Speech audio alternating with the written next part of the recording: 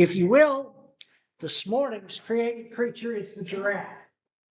I've not talked about the giraffe for a long, long time. Many years ago, I did a class, it was a quarter-long class, on animals that defy evolution. And so I suppose it would do well for me to introduce you to the basic principle of evolution. You know, the word evolution is not a dirty word. We sometimes as Christians believe that the word evolution is a bad word and that we shouldn't use it. But the truth is evolution, real evolution, true evolution, things are evolving and changing around us constantly. But the basic principle of the evolution theory is that there is gradual change, evolution, constantly occurring around us, which is true in a limited extent. However, the evolutionists have taken this principle that we do see a change in things around us over a period of time, and they have taken that and applied it to the idea that a monkey, for example, over millions of years might change into a human being or into some other creature for that matter. Well, the problem with that is that all changes that we see occurring all occur within the same species. We never see a mutation from one species to another species. We never see that. And we see, if you look back with me in your Bibles, open them up to the book of Genesis. Now, I want to go back to the very beginning of creation, the basic principles of creation, for just a moment. Look, for example, at verse 24. And God said, let the earth bring forth living creatures according to their kinds, livestock and creeping things and beasts of the earth according to their kinds. And it was so. All right, now, allow me a moment to explain what the word kinds means in the book of Genesis. That means species. That means that you can never take something from a particular species and from that get something that is not of that species. For example, we studied dogs not very long ago. That's one of the more recent ones. It's one of Peter's favorite created creatures lessons. And it all has to do with the dog with all the wrinkles on it, that he loves that sermon. But all dogs are of the canine family or the canine species. We can take dogs and we can change dogs, and we can make fat dogs and short dogs and skinny dogs and tall dogs.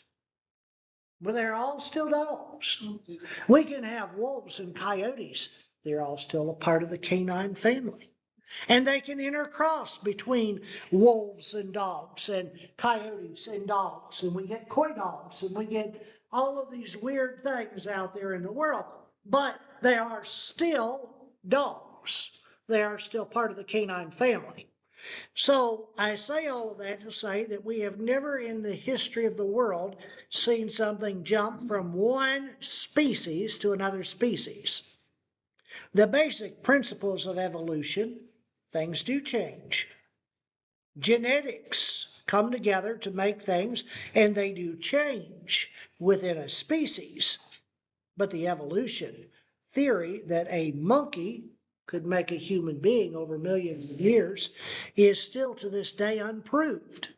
Now, the problems with the evolution theory that pop out immediately with this is the theory itself begins with something.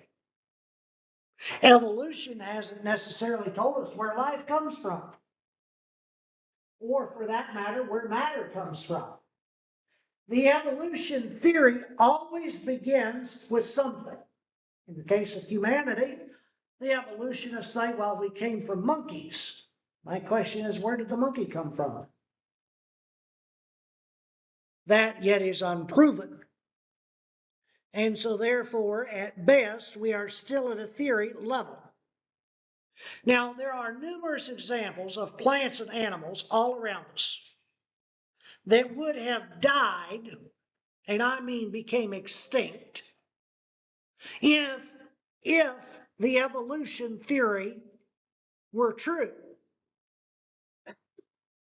They would have died or became extinct in the slow process of evolution. Evolution works on a theory that says that things evolve in a very slow manner. And when something is lacking, by sheer necessity and willpower, something else is created.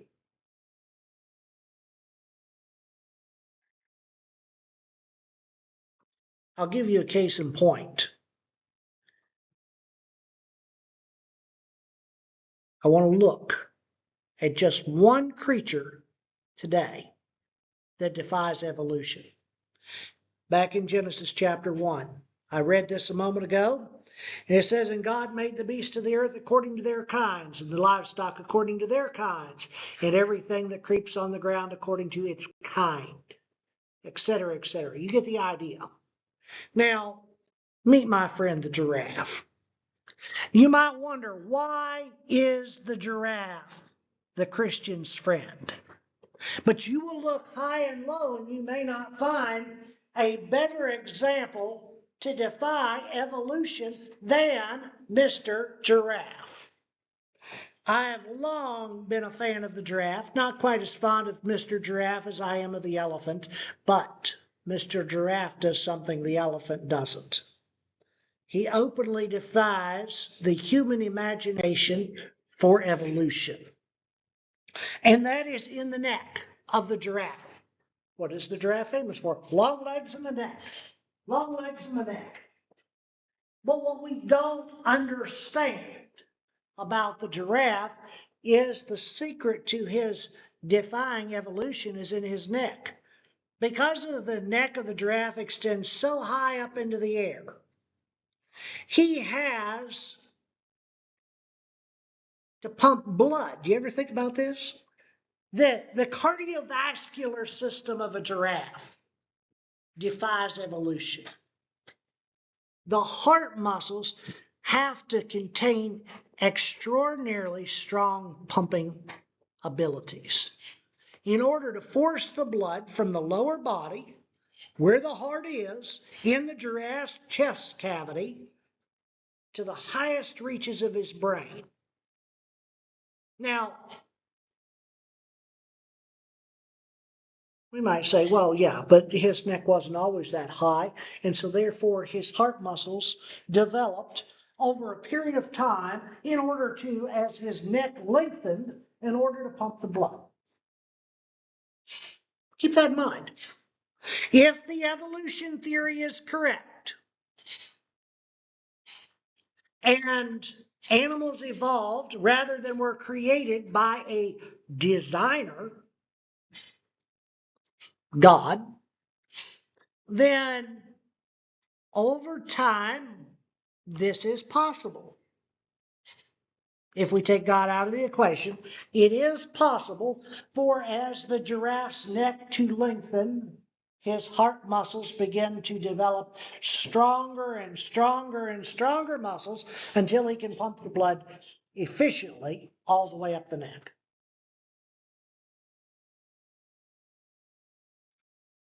Look at this. You ever wonder how a giraffe drinks? That is the strangest sight I think I've ever seen. Spreads his legs all out. It looks so uncomfortable. Let me ask you this. Did you ever wonder in the recesses of your mind what kind of a headache Mr. Giraffe must get when he drinks? Did you ever try to put your head way down? What happens? What happens when you put your head way down below your heart level? Blood rushes to your head, doesn't it? Now, Mr. Giraffe, according to our evolutionist friends, has this extra strong pumping heart, pumping blood up this long neck into his head. Well, I'll tell you something.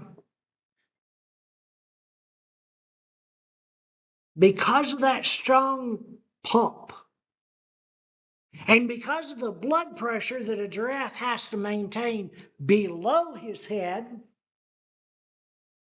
here's what scientists have recently discovered. If Mr. Giraffe were to lower his head, his blood vessels in his head would rupture and he would have an aneurysm and die on the spot just by tipping his head down to get a drink of water. The blood pressure would increase so much in his brain, and the blood vessel tissues are so thin that he would have a brain aneurysm, and his brain would explode, or the blood vessels in his brain would explode. Now we have an evolution problem.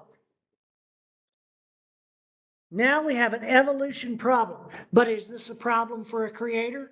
If you were a structural engineer, what would your solution be? So the giraffe has this powerful pump. But when gravity takes effect, the blood rushes down his head. And you start to spring leaks in the blood vessels, in the brain.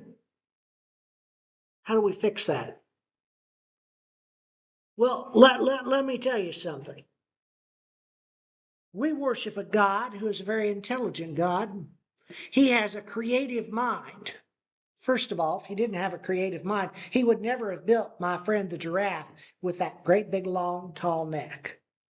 But I'll tell you what else God did. God created Mr. Giraffe with a heart that is capable of pumping blood from down in his abdomen, his chest cavity, clear up into the brain. But God also, being an all-knowing God, he didn't have to experiment with this. He only created one giraffe, or one set of giraffes, on the day of creation. There was no trial and error with God. I don't open my Bible here to the book of Genesis and say, on day number whatever, God created the giraffe, and then he looked and saw that he had problems. No.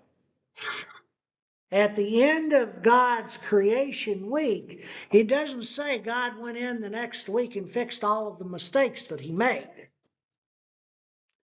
It says he looked and behold, it was good. God doesn't make mistakes. So here's what God did. In Mr. Giraffe's neck, God placed a valve. And as Mr. Giraffe, or Miss Giraffe as the case might be, lowers their head to drink, that valve closes. And it reduces the blood flow to the brain. Is that not amazing, or what? And I'll tell you what, God fixed the problem. Right from the beginning, God fixed the problem. In order for evolution to work, you would have had to have had a pump that would have been created, or would have evolved. I'm sorry, I used the wrong word.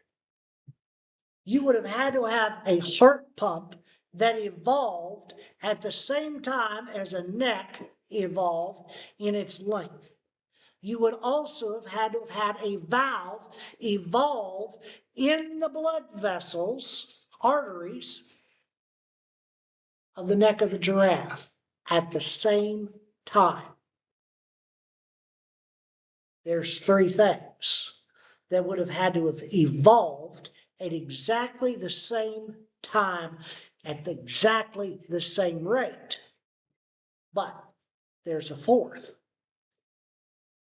Because I'll tell you what, when Mr. Giraffe lifts his head up to drink from drinking,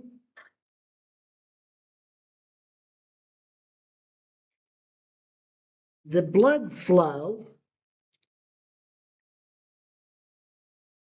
would be so rapid down from his head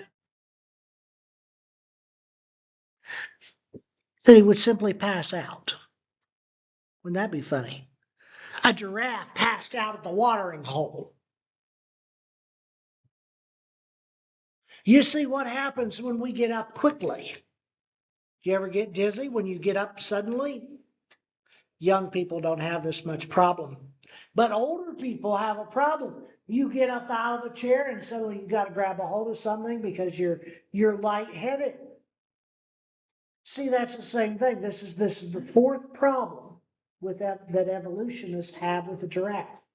And I'll tell you, this is the truth. They cannot explain this because the evolution theory says that one tiny part evolves at a time. So which came first?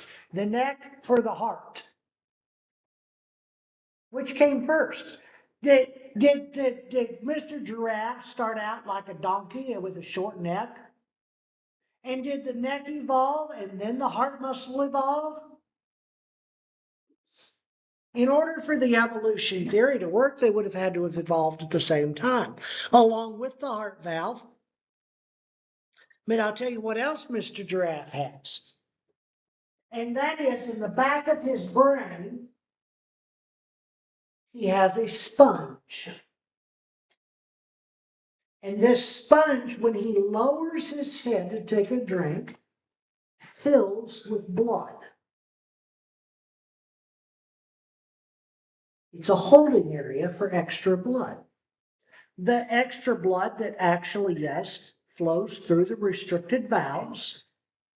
And as he's drinking this sponge is filling with blood so that when he raises his head, he doesn't pass out or get dizzy.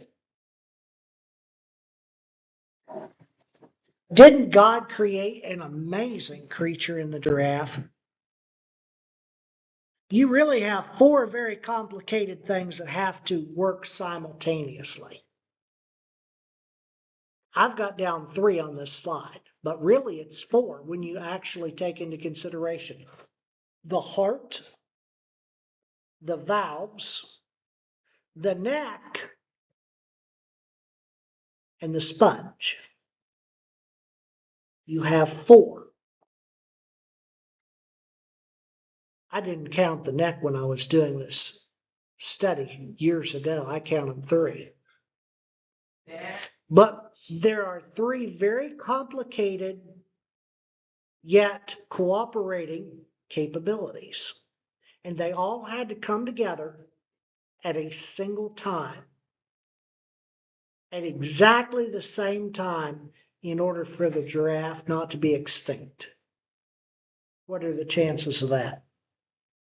I'm not into gambling, and I certainly would not gamble against this odds. I believe the Bible teaches us as Christians not to gamble. Gambling is something people who are mathematically challenged do. And as Christians, we understand God designed. And God designed all of these little details. There's so much more details than what we've just talked about, but just these, the evolution theory that is put forth today cannot explain. The giraffe by itself utterly and completely disproves the evolution theory. Now, before we go on, I want you to look at something in the book of Romans. I go here a lot. We are pretty well at the end of this lesson. It's been short, I know. But I want you to look at something the Apostle Paul said in Romans chapter 1. And I want to dissect this a little bit more than I have recently.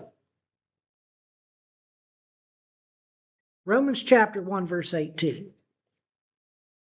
The Apostle Paul says, "For the wrath of God is revealed from heaven against all unrighteousness." or all ungodliness and unrighteousness of men, who by their unrighteousness suppress the truth. Think about this for just a moment. We're talking here about truth suppression. Truth suppression. Paul says what can be known about God is plain to them, to human beings, all human beings. But it's also plain to those who suppress the truth.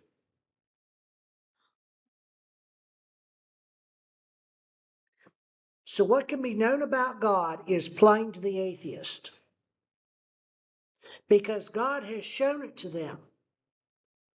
For his, being God's, invisible attributes, namely his eternal power and divine nature, have been clearly perceived ever since the creation of the world.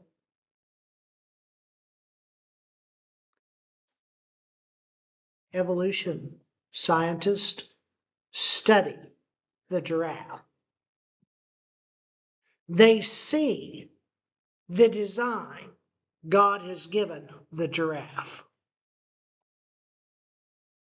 But Paul explains in verse 21, for although they knew God, they did not honor him as God or give thanks to him, but they became futile in their thinking and their foolish hearts were darkened.